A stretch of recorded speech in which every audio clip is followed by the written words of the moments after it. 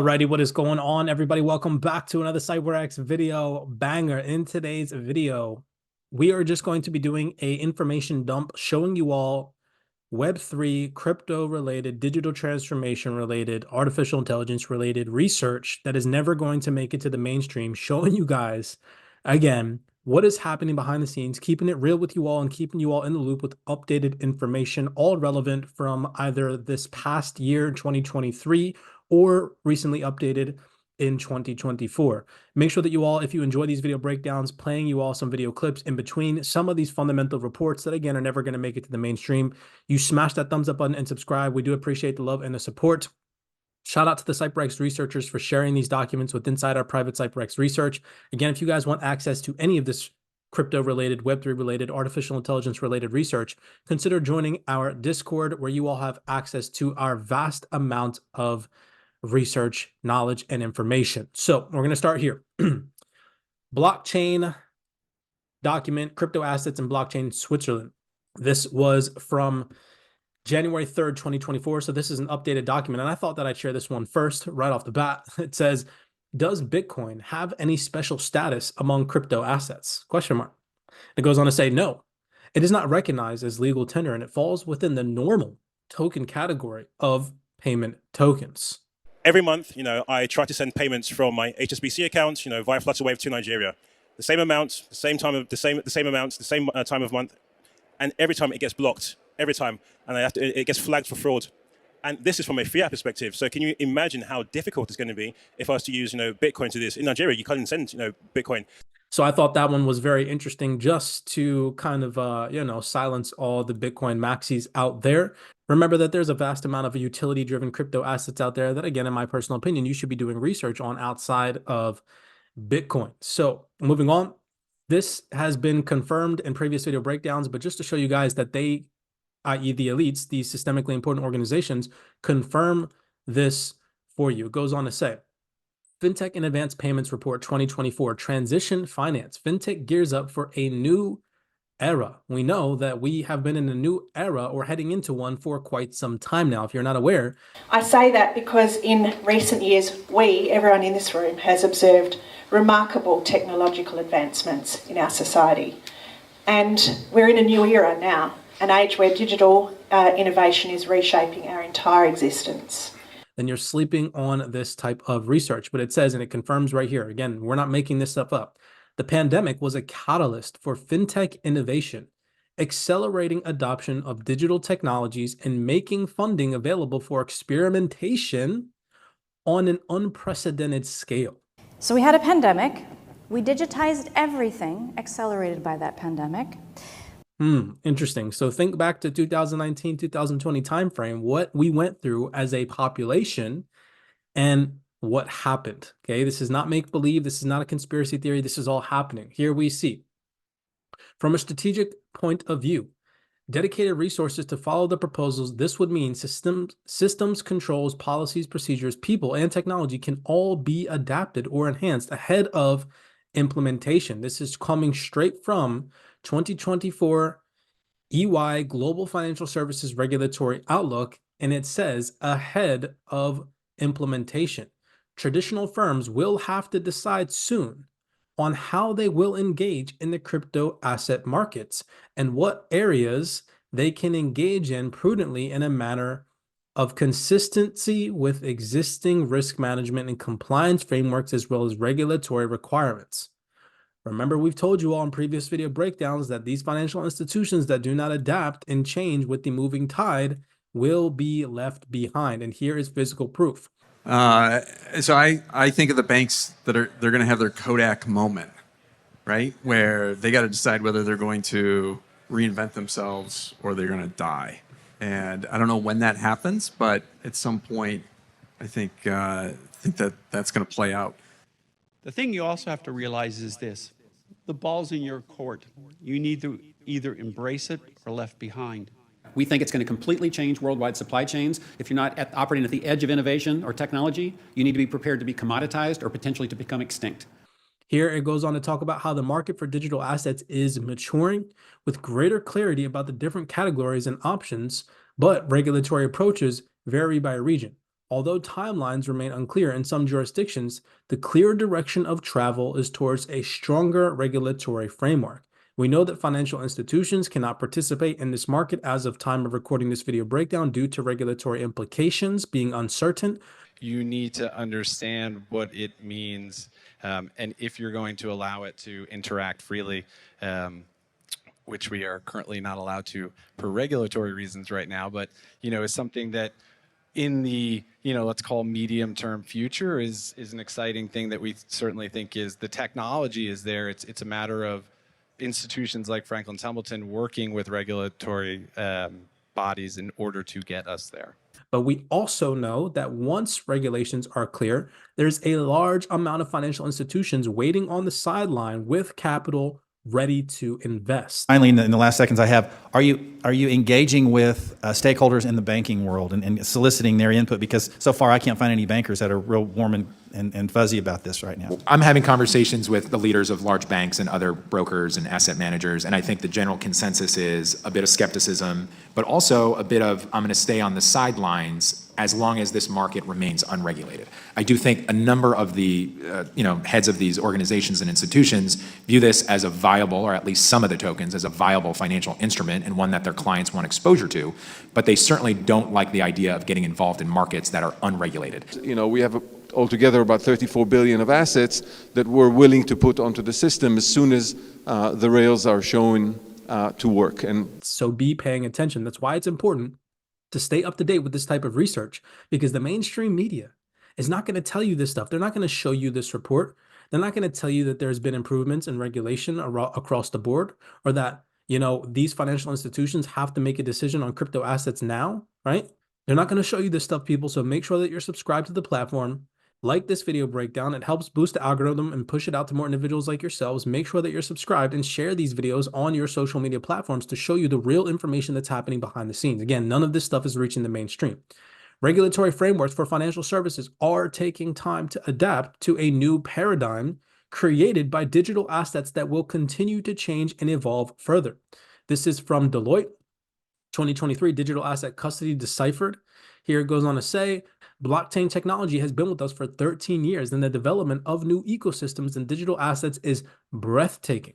While showing great promise in playing a transformative role in the digital evolution of our global financial services infrastructure, the technology has often been mired in controversy and highly politicized and conflated through rhetoric and information asymmetry, and from all sides of the spectrum. Meanwhile, current global financial systems and regulations continue to lag and materially evolving to the new digital age. So there is some lagging. Many in the industry leading this next era of digital transformation, from innovative fintechs to established institutions, are committed. Look at this vocabulary right here. Are committed to the potential benefits of new digital technologies. We understand the complexity of the risks and changes required and have the experience to manage this transformation successfully. So what again should you all be doing? You should be learning and understanding the complexity of these risks and these new technologies, because large financial institutions and systemically important consulting firms like Deloitte are understanding this information. Again, just devils in the details. You all should be paying attention, right? This one blew my mind. Again, shout out to the CYPRX researchers. If you own or utilize any of these products, you are being tracked, controlled, and monitored. So I'd said in this tweet thread, people are more worried about CBDCs tracking us when all along they have been tracking us for years. Here you can see names like PayPal, Visa, MasterCard, Google, right? The ones that I'm looking at predominantly. Okay, I don't really, Coinbase maybe, right? I don't really see any other. Apple, we got Apple here. Okay, check this out though. Look at what this freaking document says. This is Asian fintech will die without platform to launch a scale overview of APIs and banks as a service in fintech. And look at what it says right here. It says, the problem is that the old mainframe computers, the workhorses of the global banking industry, have been chugging away, keeping tabs on all our transactions for over decades now, right? So think about that, because remember, the mainstream media and the average retail herd is like all against CBDCs because they're going to track, control, and monitor us, right? Meanwhile, this whole entire time for decades now, these organizations, okay, I'm assuming that you at least use one of these on this list, unless you are like underneath of a rock and never come out of a cave, all right? or have been tracking, controlling, and monitoring you for some time. So that narrative that CBDCs are going to do worse than what these companies are already doing is such a mainstream perspective, and honest to God, just massive amounts of ignorance being pumped through the mainstream. So again, pay attention to detail. This information is easily attainable and easy for you to find. Again, just most people don't know where to find it. This one blew my freaking mind. Quote unquote, you may miss out. Take that into consideration via the numbers that I'm going to show you. So this is a document labeled the tokenization of real world assets, again, shared in our private CYPRX research chat, unlocking a new era of ownership, trading, and investment. And look at what it says right here.